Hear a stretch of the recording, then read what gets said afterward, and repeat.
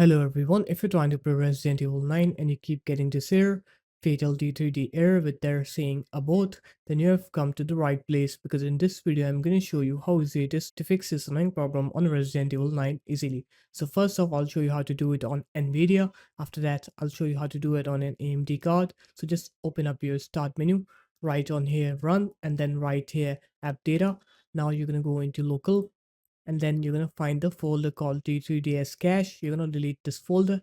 Afterwards, you're going to scroll down. You're going to go into NVIDIA here, and then you're going to make sure to delete both DX cache and GL cache folders from your NVIDIA folder. After that, what you're going to do is you're going to open up your NVIDIA control panel, and then you're going to click onto the help button at the top of the control panel, and then you'll have a debug mode there. So just click onto debug mode and try to play your game in debug mode, and you'll see that you will not face any crashes anymore.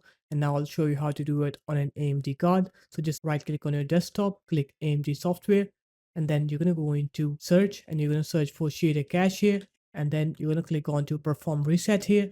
Afterwards, what you're going to do is you're going to go into performance here, and then you're going to go into tuning, and then you're going to make sure that tuning control is set to default and you don't have any manual tuning like me turned on. So just set it to default. Afterwards, now try to play the game and you'll see that your game will now work. You will not crash anymore. So there it is guys, that's how easy it was. If you guys found this video helpful, make sure to leave a like, comment and subscribe to the channel, and I'll see you in my next video. Peace.